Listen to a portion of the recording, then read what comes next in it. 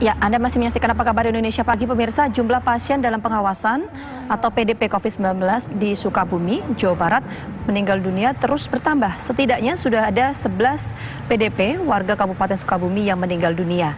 Yang terbaru, ini ada 2 kasus PDP meninggal dunia, yaitu bayi berusia 3 bulan, warga Warung Kiara, dan juga perempuan usia 66 tahun, warga dari Parung Kudu. Keduanya menjadi PDP lantaran mengalami gejala pneumonia dan sejumlah penyakit penyerta. Meski demikian, dari 11 kasus kematian PDP, 6 diantaranya terkonfirmasi negatif corona. 3 kasus tidak sempat diambil sampel swab dan 2 lainnya masih menunggu hasil uji swab metode PCR. Ya, kita akan langsung berbincang dengan Ketua Gugus Tugas COVID-19 Sukabumi, Bapak Harun Al-Rashid. Selamat pagi, Pak Harun. Selamat pagi. Pak Harun, kita ingin konfirmasi terlebih dahulu, Pak. Ini informasinya ada 11 orang PDP yang meninggal dunia. Ini update terbarunya seperti apa, Pak, mengenai data? Ya, update yang terbarunya memang jumlah secara keseluruhan dari PDP ini berjumlah di angka 161. Dari 161 itu yang sudah beres dalam pengawasannya ada di angka 84 dan sisanya dalam pengawasan ada di angka 36 PDP. Dari 66 PDP ini 30 dalam pengawasan dan perawatan di rumah sakit, 36 dalam pengawasan pada tingkat puskesmas, dan 11 yang sudah dinyatakan meninggal.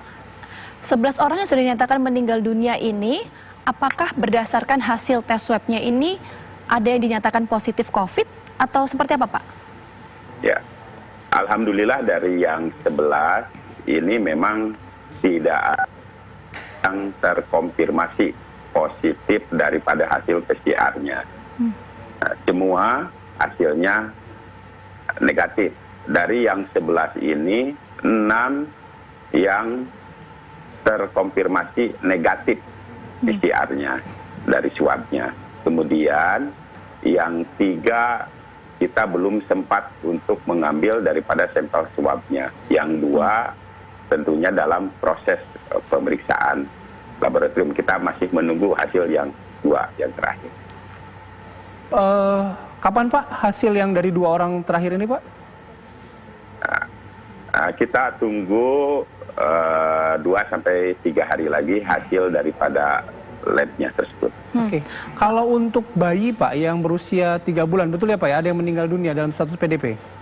Iya, ya. Oke, 3 bulan ini akhirnya diagnosisnya apa, Pak? Memang diagnosisnya masuk kepada kategori diagnosis bronkopneumonia, ya, dari hasil pemeriksaan terakhir. Ya. Tapi memang kalau dilihat daripada gejala klinis itu sudah mengarah ke arah COVID. Tapi kan belum tentu, walaupun hasilnya misalnya positif kan, tapi belum tentu terkonfirmasi positif daripada hasil swabnya. Kita tunggu aja daripada hasil pemeriksaan akhir daripada pemeriksaan swabnya. Bayi ini berarti masuk ke kategori yang belum sempat diambil tes swabnya, Pak, ya? Yang 3 orang itu tadi? Kalau yang itu memang, ya kalau yang terakhir memang kita belum bisa mengambil karena guru sudah meninggal. Gitu. Pak, kita ingin tahu tadi kan ada 11 orang PDP yang kemudian meninggal dunia. Ada beberapa diantaranya yang positif, kemudian ada beberapa yang belum dilakukan tes swab. Nah, ini seperti apa langkah kemudian dari gugus tugas COVID-19 di Sukabumi, Pak? Apakah tentu yang menjadi concern dari warga ini adalah mengenai keterbukaan data, kemudian pemeriksaan massal juga. Bagaimana kemudian sikap dari gugus tugas mengenai hal ini?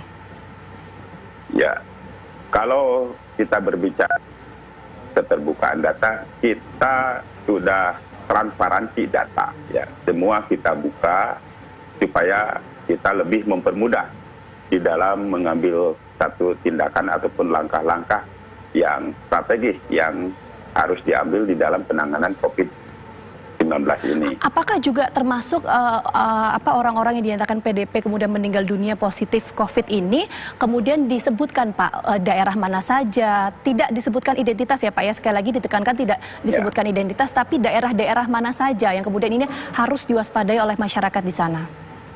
Ya, kita telah membuat satu langkah strategis, yaitu langkahnya adalah pemetaan sebaran ya, yang kita rilis dan kita sampaikan pada tiap harinya pada jam 12 itu kita sudah sampaikan secara keseluruhan.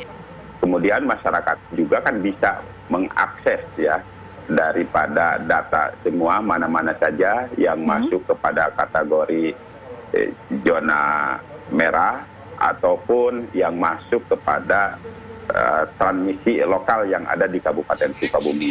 Baik. Dan langkah-langkah tersebut kita tuangkan di dalam pelaksanaan pembatasan sosial berskala besar pada, walaupun sifatnya parsial, pada 14 kecamatan yang tinggi angka ODP maupun PDP-nya serta yang tinggi angka hasil PCR-nya positif. Ya. Baik. Terima kasih Pak atas informasinya, sudah bergabung bersama kami pagi hari ini. Selamat bertugas kembali, semoga sehat selalu Pak.